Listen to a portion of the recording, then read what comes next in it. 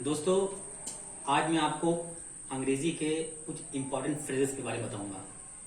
और जो ये फ्रेजेस हैं ये आपके लिए बहुत ही इंपॉर्टेंट हैं। ये हमारी डेली लाइफ में रोजमर्रा की अंग्रेजी बोलने में बहुत ही काम आते हैं। ये 3 फ्रेजेस हैं।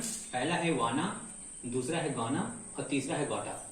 मैं आपको इन तीनों का अलग अलग इसका यूज बताऊंगा और ये भी बताऊंगा ये कैसे इस्तेमाल होते हैं, कहाँ इस्तेमाल होते हैं, कब कब किन के साथ आप इसका इस्तेमाल कर सकते हैं।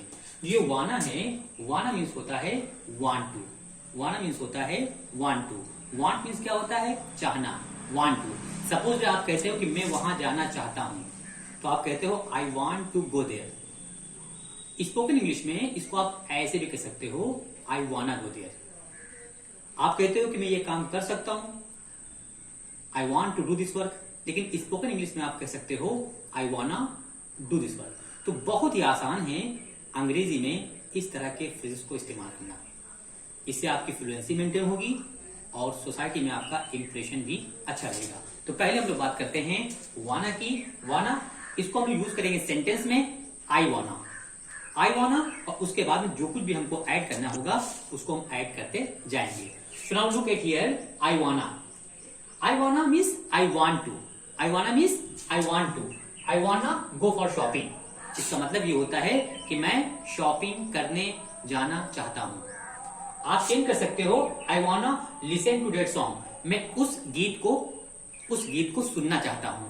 आई वाना हेल्प माई फ्रेंड। मैं अपने दोस्त की मदद करना चाहता हूं। आई वाना स्टार्ट अ न्यू बिजनेस। मैं एक नया बिजनेस शुरू करना चाहता हूं। आई वाना हेल्प यू। मैं आपकी हेल्प करना चाहता हूं। इस तरह से आप अपने हिसाब से, सिचुएशन के हिसाब से वाना, आई वाना फ्रेज का इस्तेमाल कर सकते हो। जैसी होगी सिचुएशन, उसी सिचुएशन के हिसाब से आप उसको चेंज करते रहोगे। आई वाना गो देयर, आई वाना कम हियर, आई वाना हेल्प यू, आई वाना sit with you, I wanna go for shopping with you, I wanna accompany my friend to the market.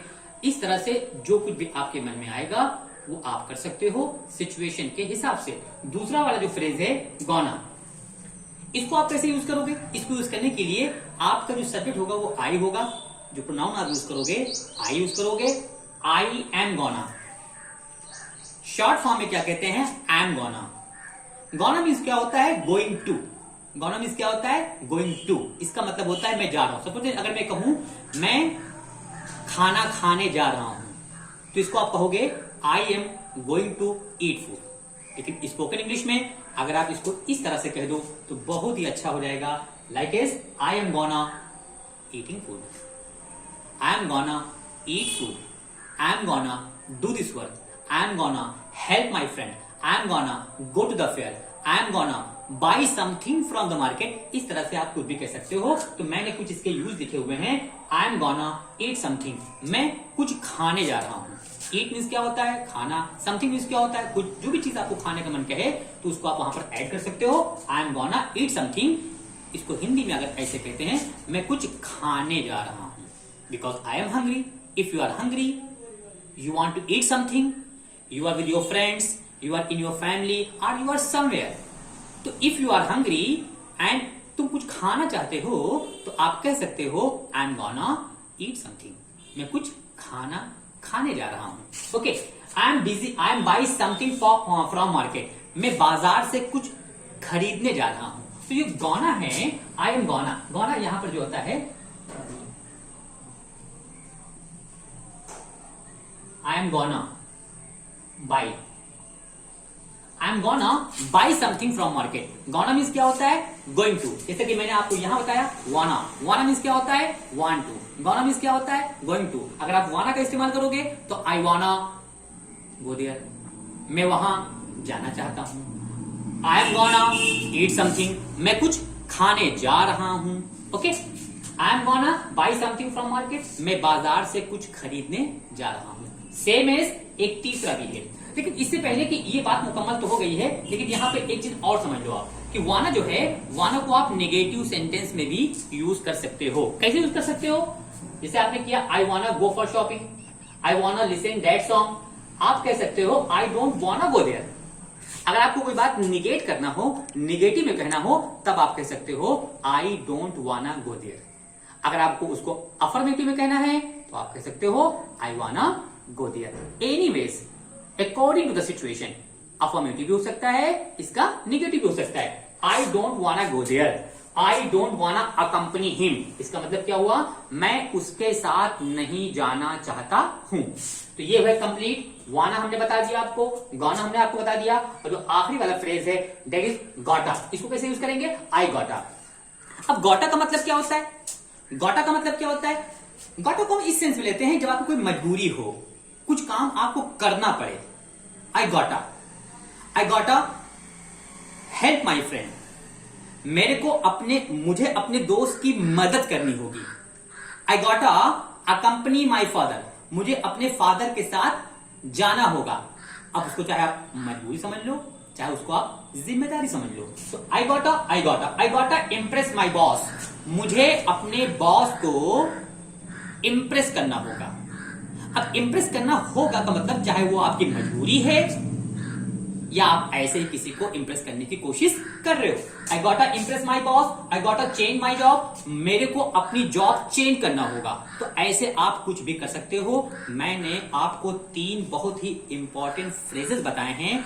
1 is वाना, 2nd is gonna, 3rd is गॉटा। वाना means क्या होता है, want to. Gonna means क्या होता है, going to. Gotta means क्या होता है, आसान भाषा में अगर हम समझें, इजी लैंग्वेज में, गॉटा मीन्स होता है हैव टू।